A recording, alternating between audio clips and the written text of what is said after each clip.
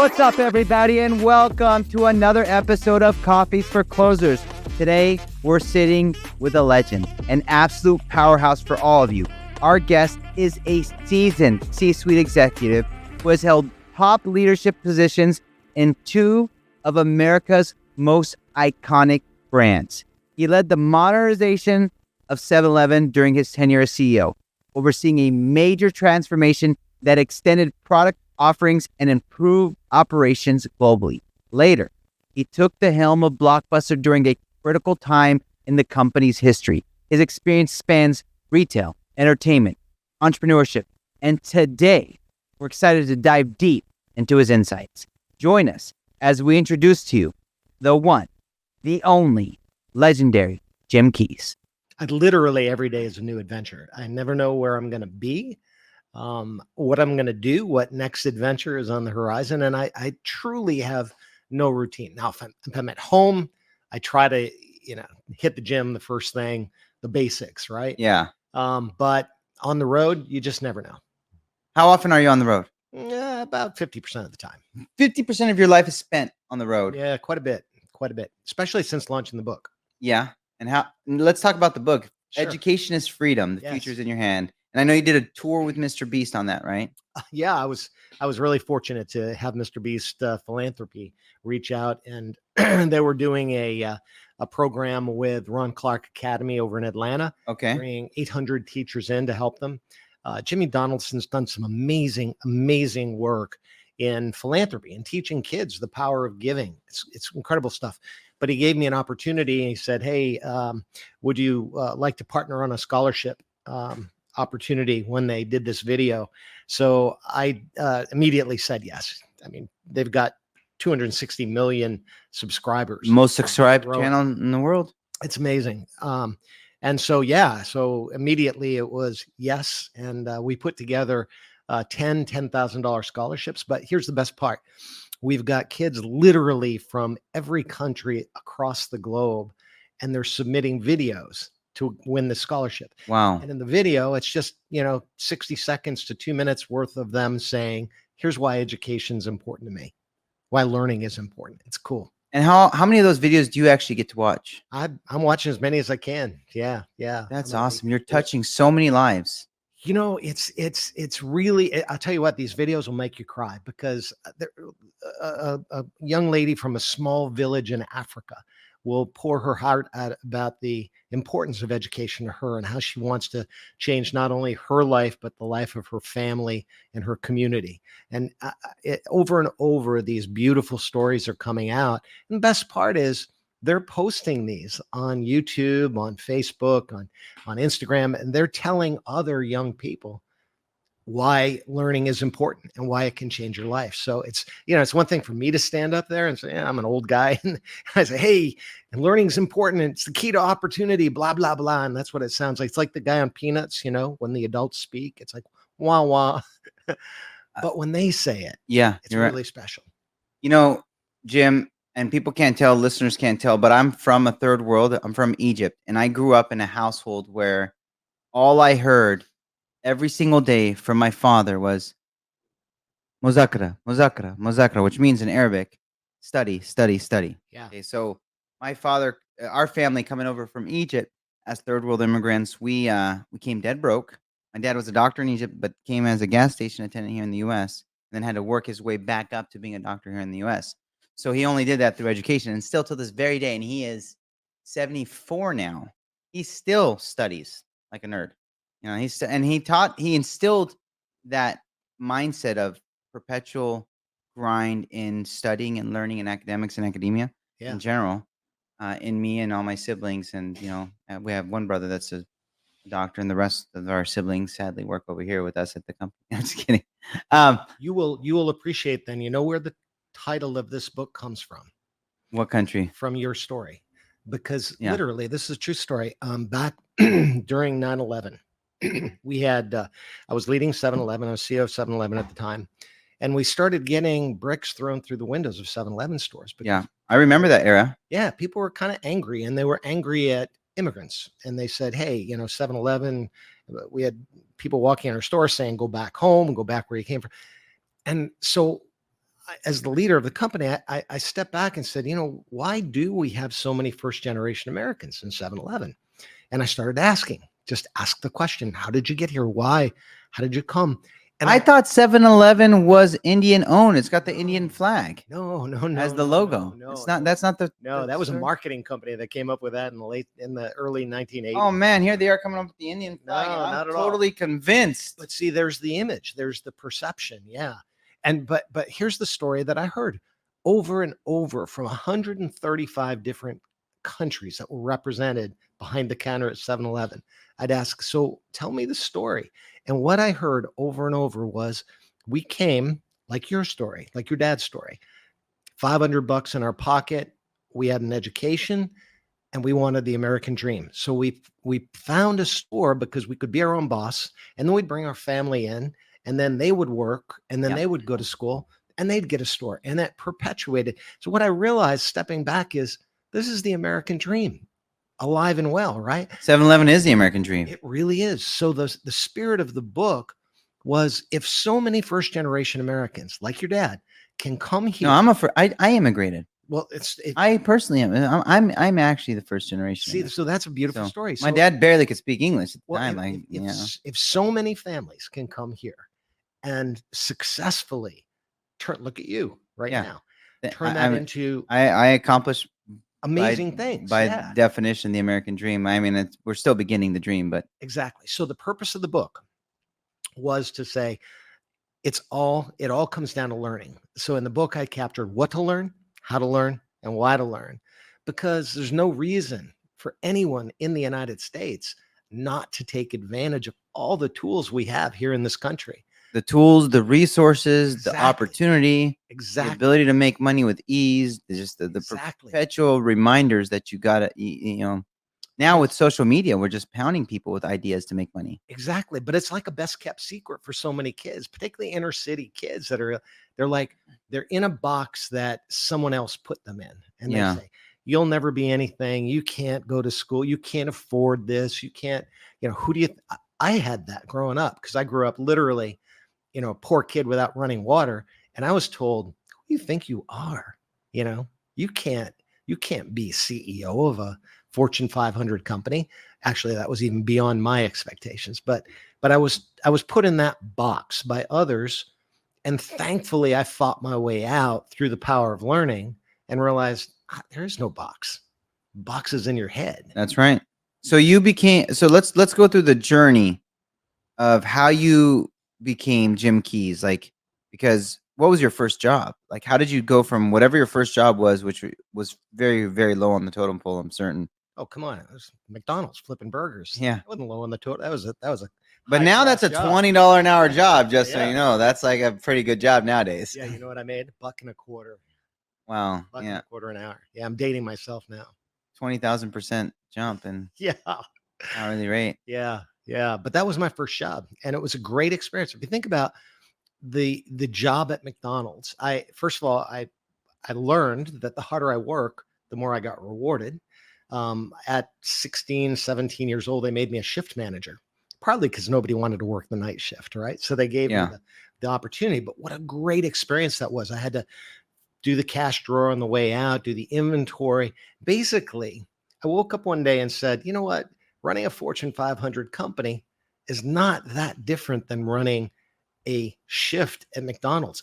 A few more decimal points in the numbers, but you're still dealing with revenues, customers, employees, payroll, HR, bottom line, HR issues, the IT, the legal department. Exactly. It's all there. It's like a miniature version of a big company. So the experience was actually fabulous inside of a McDonald's. So for McDonald's, then what happened? How did you get take me to where you became first CEO of Blockbuster?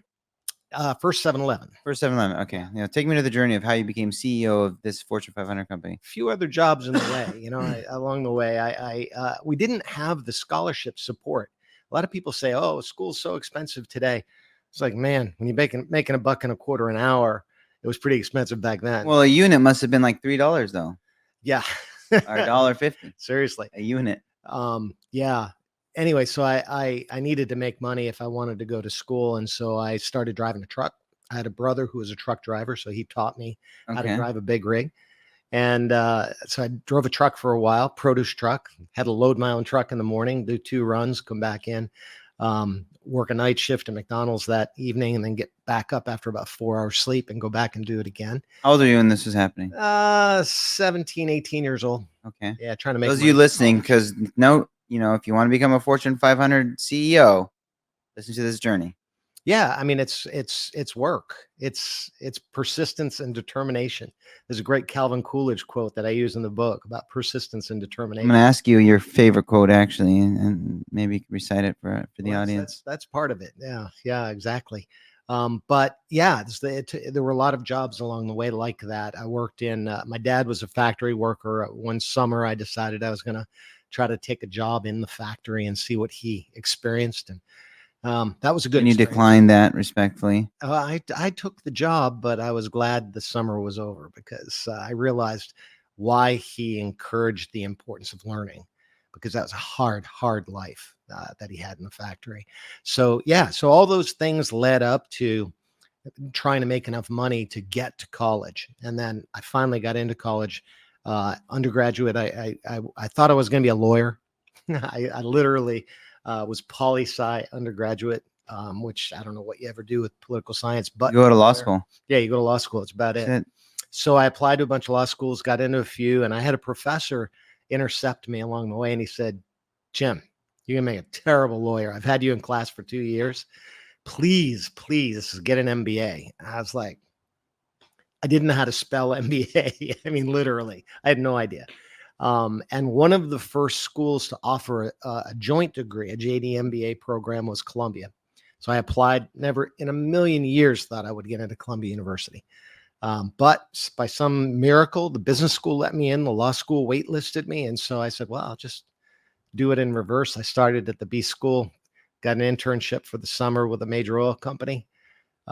They offered me a full-time job and I never looked back.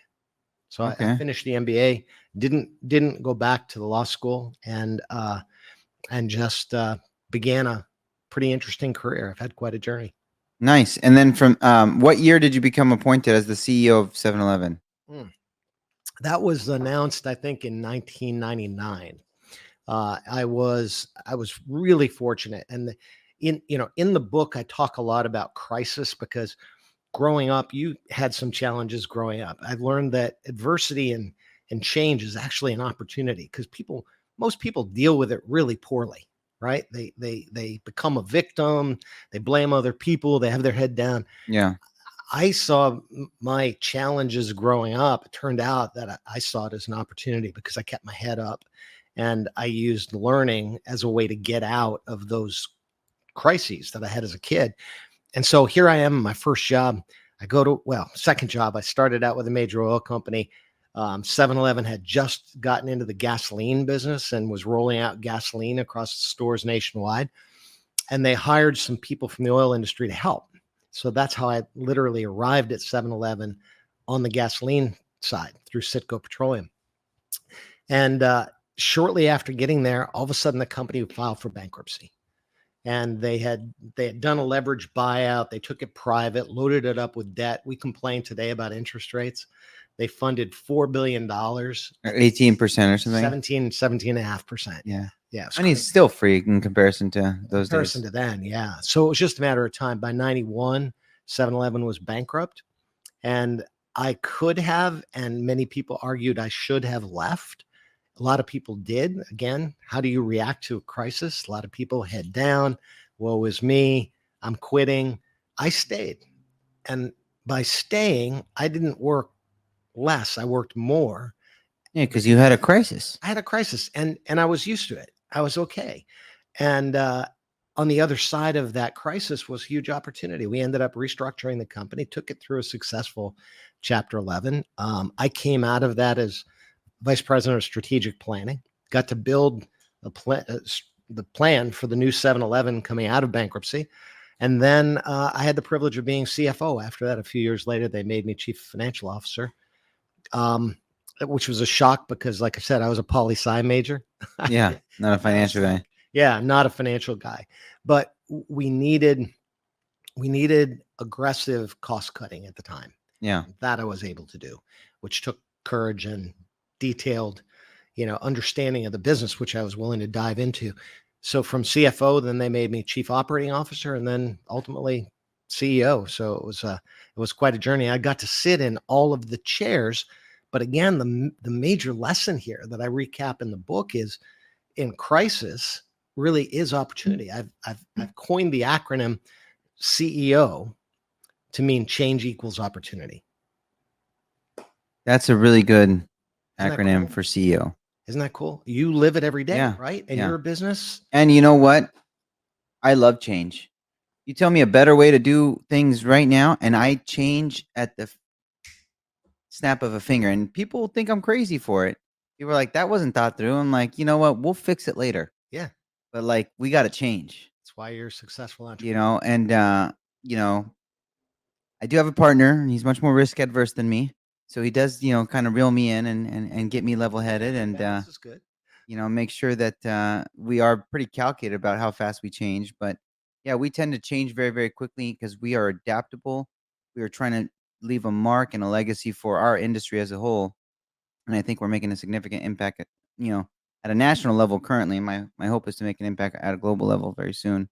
Well, so you lived through one of these periods where interest rates were 2-3%. Yeah, I lived through the race where money was below free. Right. So they were paying you to borrow. Right. Basically. And all of a sudden it and doubles. now it doubles, and then it actually tripled. Yeah. And then 90% of my industry actually left the business, and now what happened was it just left us, the big players in the space, to just gain more market share. Exactly. So we have been aggressively attacking market share like a bulldog. Yeah. Attacking a piece of chicken bone. But that's what, it's so funny because it's so fundamental if you think about it, that business, that all commerce starts and ends with something changes. Yeah. And somebody else comes in and adapts to that change. And many die. Which leads us into Blockbuster. Blockbuster. Yeah. We got to talk Blockbuster because everybody who and we talked about this and we joked about, like, the listeners who are 15 years old right now don't know what Blockbuster is, but I know most of you guys who are millennials, Gen Zers, I don't even know what they call kids that are 15 now. Yeah, Gen Z, I think. No, I think Gen Z is not. They're old. They know what Blockbuster is. Yeah, Gen Z's do. Yeah, Gen Z's know. But the other generation which my kids are, I don't know what they are called. But they don't know. My kids don't know what Blockbuster is. Right. They have no idea. And but there will be a really cool, probably Netflix documentary about you, and you'll be the star. Yeah, one of these days, yeah. They should thank me. Yeah. So really, they should. Like, if it wasn't for you. Yeah. So Blockbuster, you became CEO of Blockbuster when they were already in bad shape. Yeah, and there was a lot of myths out there about Blockbuster. So many myths that we're going to debunk today. Oh man, well, starting is they turned down Netflix when Netflix went to them and offered to sell for $50 million. Yeah. Anybody that says that, I tell them, did you buy the stock at 79 cents? You should have, if you think Blockbuster should have paid $50 million, because that's what it was trading for at the time. Literally, this was the year 2000. And how much was it worth when they? Probably something less than $50 million. Yeah. But Blockbuster, that was not me. I didn't arrive for. They had already turned down Netflix. They had already turned down 7 years before. This was 2000. I arrived in 2007. By 2007, Netflix market cap was like 1.7 billion. So you already came in. They already had all your market share. But no, they didn't really capture our market share. What they did, they at the time had a very successful DVD by mail business. Well, Blockbuster already had warehouses. They already had DVD inventory. So Netflix didn't really have anything that Blockbuster couldn't and didn't replicate at the time. So you guys, you did do DVD by mail. Absolutely. They had, in fact, Reed Hastings and Mark Randolph, those guys would tell you that the Blockbuster model was actually advantageous versus the Netflix model because we had stores. So if you didn't like the DVD you got in the mail, take it back to the store, you exchange it for something you wanted to see. So it was actually, Blockbuster created something called Total Access. Now, which was by mail in stores. I think I had that. I had total access. Yeah, exactly. And it was a good program. It was a really good program. When I arrived in 07, then I added 2 more elements to total access. I added kiosks because Redbox had just emerged. So we added a Blockbuster kiosk. And then we added, the very first thing I did when I arrived at the company was to buy a streaming video company called MovieLink. They had 3,000 titles already digitized. This was a company created by. So you guys, I didn't even know that Blockbuster bought. I know. No one does. No one does. But and it was the superior product at the time. It was created by the studios, 5 of the 6 major studios, to consolidate all of the digital content into one stop. So they could. So that was Netflix. Well, no, Netflix didn't have streaming yet. So you already had streaming before Netflix? We picked up this company. You heard it here first, guys. With streaming, and we were in a very, very good position versus Netflix, and they'll tell you that. Now, we then had a couple of decision points that I'd love to have back, because I can't say that there aren't decisions I made that I wish I could redo. One was we bought the technology for streaming, renamed it Blockbuster On Demand. And then what we didn't do is secure the content exclusively. We had a chance to lock up 60% of the old titles on an exclusive basis. Had we done that, now it would have been about $100 million a year investment. It's a lot of money, because if you dial back at the time, Wi-Fi was a horrible experience, buffering, very limited capability to really stream anything. The only people streaming at the time were kids on their Xbox for the most part. So when we passed on the exclusive lock-in of old content, long tail content, we had access to the new releases that Netflix didn't have, but then we could have added the older movies, 60% of the library, for $100 million. I took it to the board. The board passed. Understand why they passed, because you didn't know how long will it take to monetize that. We could have acquired that content, and then it could have taken 10 years. Who knew content would be king, though? Well, everybody knew content would be king. What no one knew is how long it would take to recoup, to be robust enough to have the streaming experience be viable. We knew it was coming. We just didn't know how. What G was that? Was that 2G at the time? Yeah, it's like 2G. It was a bad experience, if you remember. Yeah. I mean, you'd start a movie and then you wait, and then the middle of the movie it would stop, and then buffering would go on, and you wait. It just wasn't a great user experience. But we were prepared. We were very well positioned. So you might say then, okay, next. You guys should have just ate your losses for a couple of years like a tech company, but you guys weren't operating like a tech company. Well, no, we could have eaten the losses, but here's what happened. And this is the real story behind Netflix and Blockbuster. We had $1 billion of debt. Now, that wasn't really anybody's fault. The company went IPO. In other words, it was spun out of Viacom in the year 2004. They put $1 billion of debt on. That's a reasonable amount for the earnings of the company at the time. It passed all of the reasonable tests, but it was due in 2009. They had a big tranche, like a third of it, due in 2009. Now, if anybody had a crystal ball, if I had a crystal ball, I would have said, oh shit, the market's going to collapse in 08. I better refinance this debt. In 07, nobody knew. We got into the year 08. We doubled earnings. We had a great platform versus Netflix. We had true total access, including streaming. And then the market collapsed. We had $1 billion of debt. We had no way to refinance the debt. So my crash, the crash of 08, the industry, the mortgage crash. That's what happened to Blockbuster. What caused Blockbuster to implode? It caused us to have to file for Chapter 11 protection because we couldn't refinance the debt. So we filed. Still, we had another life. We had strategic partners. I had a deal with Google that would have been a true game changer. But Google, when we were rumored to file bankruptcy, Google backed away from the deal. Dish Network stayed with us. They saw us through the Chapter 11 filing. They came out on top. They bought the company. And it was really Dish Network ultimately that decided to close the stores and back away from the opportunity. Wow. Yeah, very different story than what. I had no idea. I didn't know that Blockbuster just basically imploded because of the debt crisis. Yeah.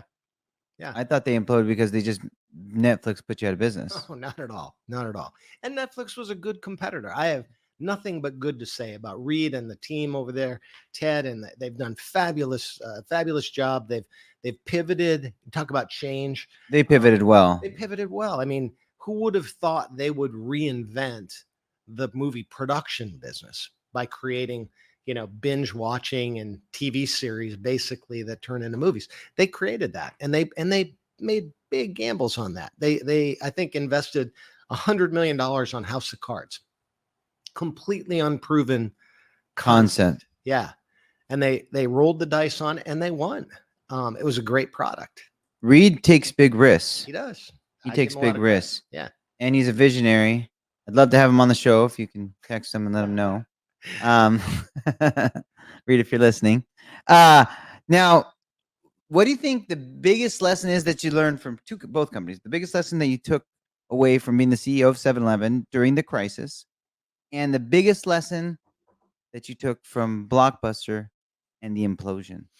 Yeah, I've got three things that I've been a bit repetitive, but I think repetition's good. I call it my gift because these three things really, I think, have marked my career. They helped to create a successful transition in 7-Eleven from bankruptcy through where they are today to 80,000 stores. Yeah. And it's at Blockbuster, even though people may think that was a failure, in many ways it was a success because we were able to get through that crisis. We didn't liquidate the stores at the time. We were able to find a strategic partner in Dish, get the company restructured, get it sold, preserve the jobs at the time, and at least live to see another day. And still maintain one Blockbuster in Oregon. One Blockbuster, yeah, in Bend, Oregon. But so here are the three things. Number one, we've talked about adapting to change. But here's the problem. Most people don't have the confidence then to do something. So they'll say, okay, we got to change. But confidence is critically important to be able to execute that adaptation to change. You've got to have confidence. And the third is clarity. And clarity comes in two forms, both inbound listening and outbound communicating.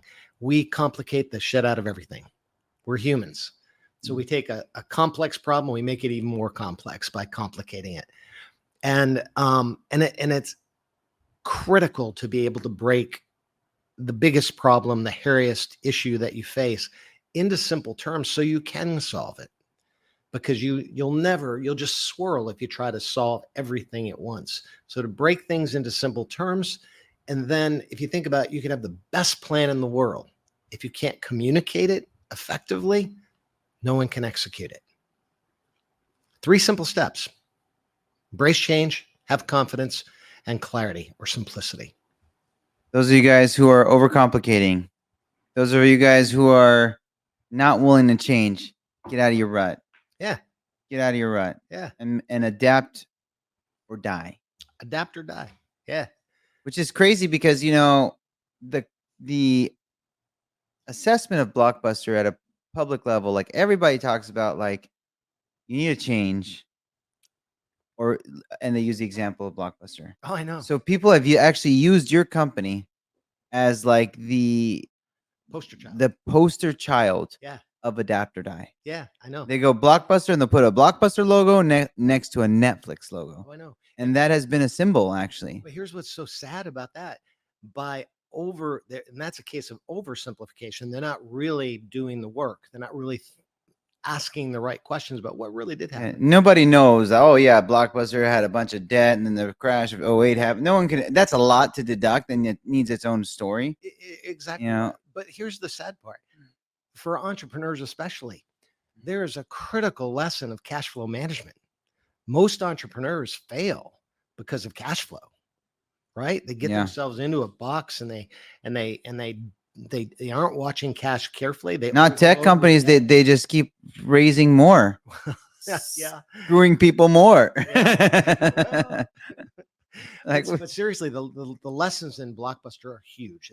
It's a beautiful case study in what can happen and the need to pivot, because the macro environment sometimes will cause you to have to react to it in ways you didn't want to. So I got there to transform the company. I knew that obviously digital. do you think you transformed it to the best of your ability given the circumstances that you were in? Given the circumstances, yeah. Do you think you could have saved it somehow? Oh yeah. If you just had $100 million though. No, I mean, there were a couple things. I would have done that. See, if I knew the financial markets were going to collapse and we were going to be under severe pressure, maybe even file bankruptcy, I would have acquired that asset and then filed around it. So we would have come out of bankruptcy, but we would have owned that asset. Yeah. You should have filed the Chapter 11. Yeah. That would have been a game changer. That would have been a game changer. And you had already went through bankruptcy with 7-Eleven. Yeah, it wasn't like I was afraid of it. I already understood it. And then that, it is possible to come out the other side victorious. The other thing that I would have done, and this is what if I really had one thing I could do over with Blockbuster. When I arrived at the company, I was trying to buy it because they had already run into huge financial issues. The banks were ready to shut them down. The week I got there, they busted a bank covenant. So they were ready to put Blockbuster down at the time because of their cash flow management. They weren't managing cash and the banks were really unhappy with them. So when I got there, my intent was take them private. I had been talking to private equity firms, had been talking to investors. It wasn't going to be a big hurdle to be able to take Blockbuster private, refinance the debt. Think about that. We would have, in 2007, refinanced $1 billion of debt to take it private, a little more, at about 6%. And then we would have blown right through the financial crisis without batting an eyelash. And none of our kids would know Netflix right now. It would have been Blockbuster would have dominated the streaming market. Blockbuster would have dominated. Because you had the branding, you had the streaming platform. You were already light years ahead. You already own the streaming platform. We would have done that deal for the intellectual property But you wouldn't be sitting here right now. I know. You'd be a billionaire. Yeah. I'd be a multi-billionaire, actually. Flying around in my Gulfstream. I know. Yeah, you wouldn't know me. Now, but it is business.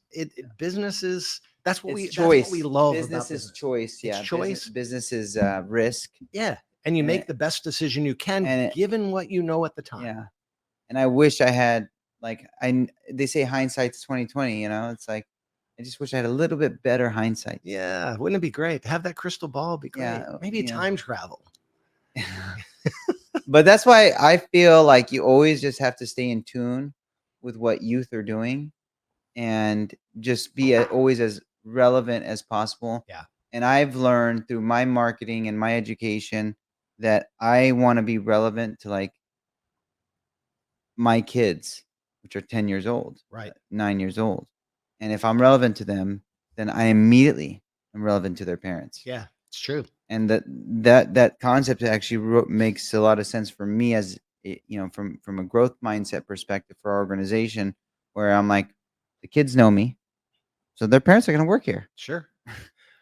You want to hear a great example of that? What you just described? Sure. So I was invited. I'm here on the West Coast because I was invited down to San Diego to speak at the limousine industry event that they had, sort of a trade show. And down in San Diego, and I was invited to talk about the book and about change and that kind of thing. And I thought, what am I going to say to these? Limousines. They're under a lot of pressure. Yeah, with Uber, Uber Black, and now you sounds like a Blockbuster. What are they doing, anyways? How do they pivot? Well, so exactly. Something, and it's a lot of pressure. I'm thinking, oh man, I want to give them reason to believe, right? That there's still opportunity. There's still opportunity outside of proms. Change equals opportunity, right? Well, how am I going to explain this one? So I did a little research. And this is fascinating. I'm very interested, actually. Seriously, because this is what the book is all about. With knowledge, you can solve virtually anything. So I started digging in. Okay, what's the future look like? To your point, what are kids doing? And I was shocked by They become content cars. better than that. Better than that. I was shocked at the research I did, and this took me like 15 minutes on the internet. Yeah, or you just ask ChatGPT and it takes 2 exactly, seconds. exactly. In 1980, right when I was around the time I was, getting my driver's license, a little earlier than that, but 1980, 88% of 18-year-olds had their driver's license. You know what the percentage is today? What is it? 43. Wow, they just don't want to drive. They don't care. Yeah. I grew up like it was a rite of passage. I gotta have everybody. I have to Yeah. have my. Now they're like, why? Take Uber. I don't want to mess with a car. Why? So my point to the limo drivers was, hey guys, you realize there's a wave of demand coming because these kids aren't getting their driver's license. What's that going to look like in 15, 20 years when they're now running businesses and they don't care about even owning their own car? They're going to rely on transportation, but you've got to be able to be there for them and have a better experience than Uber. So are you branding? Are you consolidating? Are you rolling up in the industry? I mean, fabulous opportunity. Wow. So, Yeah, cool. but from a cost perspective, though, how is a 18-year-old or 20-year-old going to afford a limo? Like, are they going to cut costs? Are they going to go electric? How are they going to be able to maintain with margin compression? Well, that's the good thing about these the future. big old cars. You don't really know. So the question is, who's going to respond to that change in the best way? Yeah. And there's two ways you can look at it. If you're get gas efficient limo cars. Yeah. Or electric. Well, what I was recommending is cut a deal with the manufacturers. You've got General Motors, you've got Mercedes. They're overproducing EVs right now. They've got all this excess inventory. The consumer's not yet jumping in and adopting. That's a screaming opportunity for limo operators to take on fleets and help the manufacturers introduce this product to the public so that they're riding in the back saying, hey, it's a pretty nice car. It's quiet. So all of these little things represent opportunity, but you have to be able to first see it instead of having your head down and saying, oh, woe is me. The industry's dead. Uber's killing me. Blah, blah, blah, blah. I'm a victim. Instead, turn it around and go, hey, wait a minute. There's a whole generation of young people that are going to need my service. I need to be there for them. I need to figure out a model that will compete effectively with Uber. The easiest thing now that I'm preaching from the rooftops is like, to your point, and you just said, it's like your brand. These limo drivers need to build their own brand within their own local communities. Exactly. So like when someone needs a ride, call me. Exactly. I gave them an example. There's a company in Texas now. They're in Dallas. Black car company, right? Well, no. These guys are called Alto. They branded a car. It's all, I'm not sure which vehicle they're using, but they're all white cars with the very bold branding across the side of the car, but it's a white glove service. So it's like an Uber, but it's a high-end Uber. It's like an Uber on steroids. Yeah. It's you've got a trained professional and driver. People will pay for that. Because people have so much extra abundant money now from the random things that they're making money from these days. There's so much money, excess money, that Uber's not good enough for the rich. And well, there's plenty of room for somebody else in that space, and that was my message. Hey, great ideas, great suggestions for those of you limo driver companies. I mean, that's a great concept, but it actually applies to all businesses and infrastructures anyways. It applies to virtually every business. It's my message to entrepreneurs. Change does equal opportunity, but you've got to overcome that natural human resistance to change that we've got. You got to overcome fear. We all are vulnerable to that insecurity. It's like, well, I don't know if I can do it, right? Yeah. You don't have that. You're an entrepreneur. Yeah, exactly. I don't. But sometimes I think about it like, hey, it happens. But I just I'm like, what's the worst that could happen? I've always been willing to go dead broke. So. Yeah. I'm willing to sleep on someone's couch. I'm willing to win, right? So I'm a bigger risk taker than people think I'm crazy. And having kids did change that dynamic a little bit because now I got 4 kids to feed. But yeah, a little pressure, just a little pressure. So let's talk about some of the goals. So Jim Keys, the brand, as the personal brand. Now, you've built Jim Keys. Now you're like a public speaker, motivational speaker, best-selling author. What else is Jim working on? I've got too many interests. I'd probably be more successful if I could focus more, but I'm sort of the human ADHD of business because I get involved in everything from aerospace to retail to Really? energy to, Do you have ownership in some other companies as well? yeah, I've a little bit. I've been sprinkling around a little bit, trying to get some participation in some space. I'm particularly intrigued with space. I'm a pilot. I've flown my whole life, so aerospace has always been of interest to me. And I've partnered with a company here in Southern California called H-Star, building a bunch of former SpaceX employees that spun out, and they're building a jumbo rocket for low Earth orbit. Great concept. Wow. Yeah, yeah. So there's some really interesting stuff out there that I've been fortunate to be able to jump in and lend a little advice. And you've done a great job with your philanthropy work. You've education's freedom, working with the, Thank you. Mr. Beast philanthropy, and just being associated with the biggest brand in the world in on social media, and having a philanthropic opportunity with such a household name is just tremendous, and it kind of speaks volumes as to the work you've been able to do. Talk to me a little bit about the philanthropy you've done. Yeah, I've been fortunate, but growing up like you did, like I did, you realize you've got a responsibility to help give back, right? And Yeah, we to sure help do. others. I mean, It's the basically, that's purpose of my life. all it comes down to. It's like, how do I help others achieve their success? Because if I can do it, I feel like anybody can do it, right? So, yeah, so I've been pretty actively involved in a lot of philanthropic things, and the purpose of the book. It was really, the name comes from a foundation that I created while I was still at 7-Eleven. And it was intended to go into high schools and help young people realize, oh, okay, I can do anything I want to do. It's all about learning. The more I learn, the more I can do, and the more doors will open for me. So I set out to write that book. But then as I got into it, I realized this isn't just for kids. This is for society, because we're all vulnerable to fears and insecurities and all that stuff. And if I lead a life, I started this session today by saying I wake up every day, it's a new adventure. And I mean that. Every day there's a new opportunity that I can't wait to see what's going to unfold. And the reason that my life is that way is I've learned how to learn. I can do anything. If I want to play an instrument, I just go learn it. If I want to learn a new instrument to play, because I've learned how to learn. If I want to fly a new kind of airplane, no big deal. I just go take some classes and I'll fly a new kind of airplane.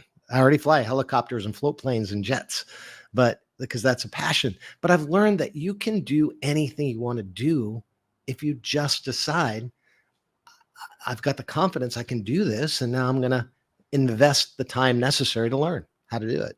Love it. Love it. Now, I want to wrap up with a couple last questions. What's a personal goal that you have for Jim Keys as a person, your individual self? And what's a goal that you have for your business, your philanthropy work, etc.? Yeah, that's a hard one to answer, because I've gone through life in a somewhat opportunistic fashion. That's what entrepreneurs do. I think you say, yeah, I'm going to go here, and then you realize, wow, I could go here. And so I've done that my whole life. My current goal, and I say current because it may change. Yeah. More opportunities may open up and I'll go down a different path. But right now I've realized that I've got a unique opportunity because of two iconic brands, 7-Eleven and Blockbuster. I have an audience, and especially an audience with younger people, let's say 30 and below, that are hungry for their own success. And if I can help share some of those tools, simple tools that will help them be more successful, that's my current mission. Be able to do as much as I can. Love it. Love it. That ties into my last question. And this is going to change your physiology a little bit, but when you're in front of the pearly gates, Oh, what do you think God's going to tell you? Oh man, that's a tough question. I would hope it would be, hey, you screwed up a few things, but on balance, you did okay, kid. That's awesome. Mr. Jim Keys, Thank you so much for coming to today's show. I appreciate you. Thank Coffeez for Closers. If people want to connect with you, how do they find you? JamesWKeys.com. I've got a website out there. And for the book, it's educationisfreedombook.com. So the title of the book and book.com. Awesome. And yeah. And my Instagram, JKeys author, Instagram, TikTok, all that stuff. I've been having a lot of fun with social media. Yeah, awesome. JKeys author on all social platforms. Check out his new book. This guy is a legend. Learn from the best. You heard it and seen it first on Coffeez for Closers. Let's go.